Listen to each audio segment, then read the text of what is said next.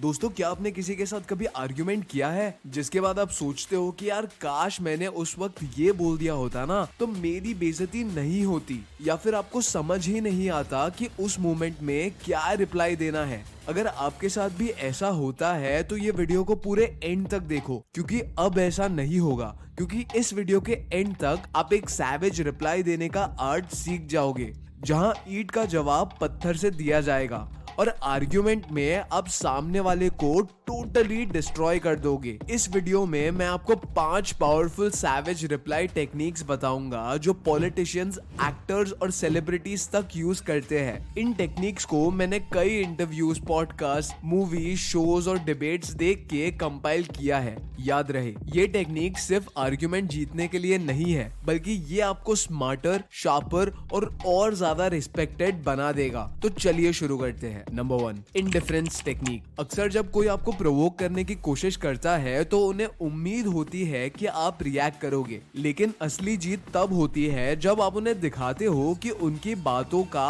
आप पे कोई असर नहीं पड़ रहा। ये है इंडिफरेंस की पावर, जहां आप अपने एटीट्यूड से दिखाते हो कि उनकी बात आपके लिए एकदम इररिलेवेंट है। और जब आप अपनी लाइफ में किसी बात को अवॉइड करना सीख जाते हो तो आप बहुत ज्यादा पावरफुल और काम बन जाते हो। एग्जाम्पल के लिए गौर गोपाल दास जी का एक सेशन याद करो। उन्होंने ऑडियंस से पूछा कितने लोगों को लाइफ में प्रॉब्लम्स हैं, और कुछ लोगों ने हाथ नहीं उठाए। ये ऑकवर्ड हो सकता था, लेकिन उन्होंने एकदम काम होके बोला, जो लोग हाथ नहीं उठा रहे हैं मैं मान लेता हूँ कि उनकी लाइफ में कोई प्रॉब्लम नहीं है। और ये बात पे सब हंस पड़े। ये है सैवेज इंडिफरेंस, जहां आप सामने वाले को सटली दिखा देते हो कि उनकी बात का आप पे कोई असर नहीं पड़ता। अब सोचो, अगर कोई आपसे बोले तुम लेट हो, नाउ इंस्टेड ऑफ अपोलोजाइजिंग आप कामली रिप्लाई करो, कौन वेट कर रहा था। इससे आप उन्हें इनडायरेक्टली बता रहे हो कि उनका ओपिनियन आपके लिए इम्पोर्टेंट नहीं है। ऐसा रिप्लाई देने से आप उन्हें डिसआर्म करते हो और उनका अटैक फेल हो जाता है, और ये आपको आर्ग्यूमेंट में एक अपर एज देता है। दूसरा है the power of not reacting. दोस्तों, चार्ल्स आर स्विंडोल का एक फेमस कोट है, life is 10% what happens to you and 90% how you react to it. आपके लाइफ में जो कुछ भी होता है वो बस 10% होता है, बाकी का 90% तो आप उस सिचुएशन में कैसे रिएक्ट करते हो उस पे डिपेंड करता है। जब हम सक्सेसफुल सिचुएशन में होते हैं तो हम अक्सर गलत रिएक्ट करते हैं, और ये रिएक्शन हमारे लिए नुकसान का सबब बन जाता है। लेकिन जब आप रिएक्ट ही नहीं करते तो आप बहुत ज्यादा पावरफुल और रिस्पेक्टेड दिखते हो। रिएक्ट करना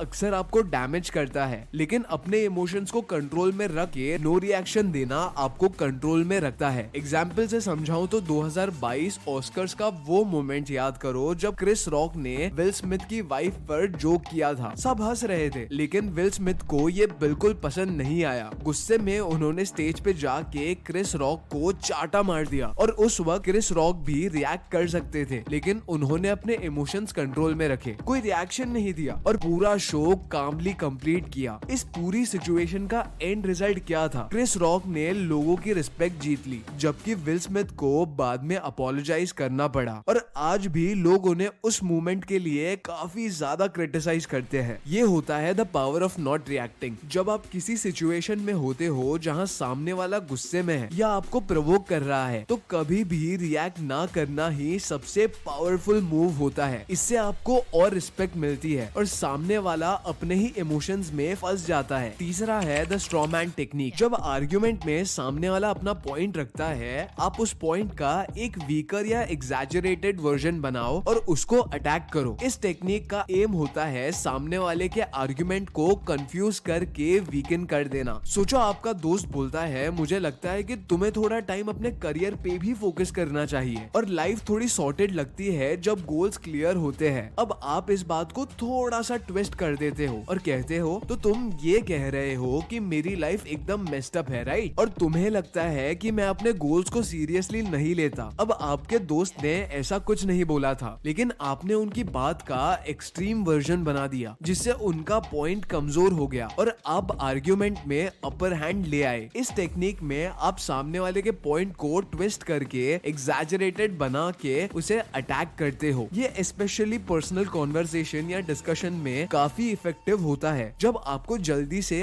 आर्ग्यूमेंट जीतनी हो। अगला पॉइंट है point out their negatives instead of defending yourself. अक्सर हम इंसल्ट होने पर अपने आप को डिफेंड करने लगते हैं, लेकिन आप जब सामने वाले की नेगेटिव बात को हाईलाइट करते हो तो आप सैवेज और स्मार्टर दिखते हो। अब अपने आप को डिफेंड करने के बजाय उनके फ्लॉज पे अटैक करो। एक बार भारती सिंह ने कटरीना कैफ को इनडायरेक्टली ताना दिया कि कटरीना को पंजाबी बहुत अच्छी आती है, जिसके जवाब में कटरीना ने अपने आप को डिफेंड नहीं किया बल्कि बोला, हाँ जैसे तुम अच्छा डांस करती हो वैसे ही मुझे भी काफी अच्छी पंजाबी आती है। इस सिंपल सैवेज रिप्लाई में कटरीना ने भारती के डांस पे ताना मारा, वो भी बिना अपने आप को डिफेंड किए। सोचो अगर कोई आपको बोलता है तुम काफी मोटे हो गए हो, तो इंस्टेड ऑफ डिफेंडिंग आप रिप्लाई कर सकते हो, ये मोटापा कम करना तुम्हारे ईगो को कम करने से ज्यादा आसान है। ऐसे विटी और शार्प रिप्लाईज आपको आर्ग्यूमेंट में ज्यादा इम्पैक्टफुल बनाते हैं। अगला पॉइंट है play with idioms and dialogues. Idioms और डायलॉग्स का यूज करके आप अपने रिप्लाई को इंस्टेंटली पावरफुल और मेमोरेबल बना सकते हो। जैसे कुछ आइकॉनिक मूवी डायलॉग्स यादगार बन जाते हैं, वैसे ही इडियम्स और इम्पैक्टफुल डायलॉग से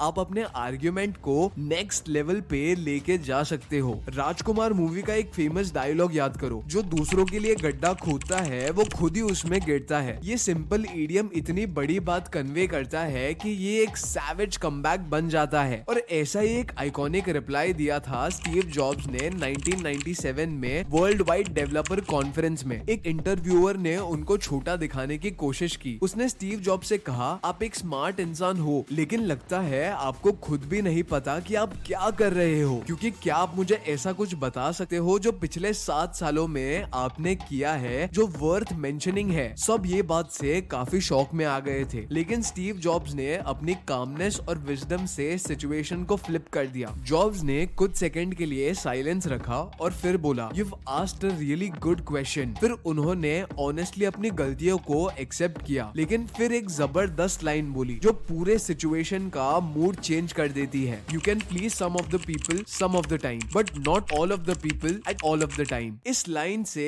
उन्होंने ना सिर्फ अपने ऊपर आई क्रिटिसिज्म को डिफ्यूज किया, बल्कि पूरी ऑडियंस को अपने काम और कंपोज्ड अप्रोच से जीत लिया। और इससे ये पता चलता है कि अगर आप वाइजली इडियम्स और इम्पैक्टफुल लाइंस का यूज करते हो तो आप सिचुएशंस को अपने फेवर में फ्लिप कर सकते हो, जैसे स्टीव जॉब्स ने की। तो दोस्तों ये थे 5 सैवेज रिप्लाई टेक्निक्स जो आपको आर्ग्यूमेंट्स में जीतने में मदद करेगी और साथ ही आपको एक स्मार्टर और ज्यादा रिस्पेक्टेड पर्सन बनाएगी। और सबसे इंपॉर्टेंट बात, कभी कभी नॉट रिएक्टिंग या वाइजली डायलॉग्स या इडियम्स का यूज करना सबसे पावरफुल मूव होता है। जब आप अपने इमोशंस को कंट्रोल में रखते हो और स्मार्टली रिप्लाई करते हो तो आप हर आर्ग्यूमेंट जीत सकते हो। याद रखो, ये सब प्रैक्टिस से आता है। जितनी ज्यादा कॉन्वर्सेशन में आप ये सारी चीजों को इन्वॉल्व करोगे, उतनी ज्यादा शार्प और क्विक रिप्लाईज देना आप भी सीख जाओगे। रिएक्ट मत करो, बस अपने माइंड को शार्प रखो और इंटेलिजेंटली एक्शन लो। सो हाँ जी guys, that was it for today's video. ऐसी वीडियोस बनाने में काफी रिसर्च लगती है, तो वीडियो को लाइक करके एक कमेंट जरूर करना।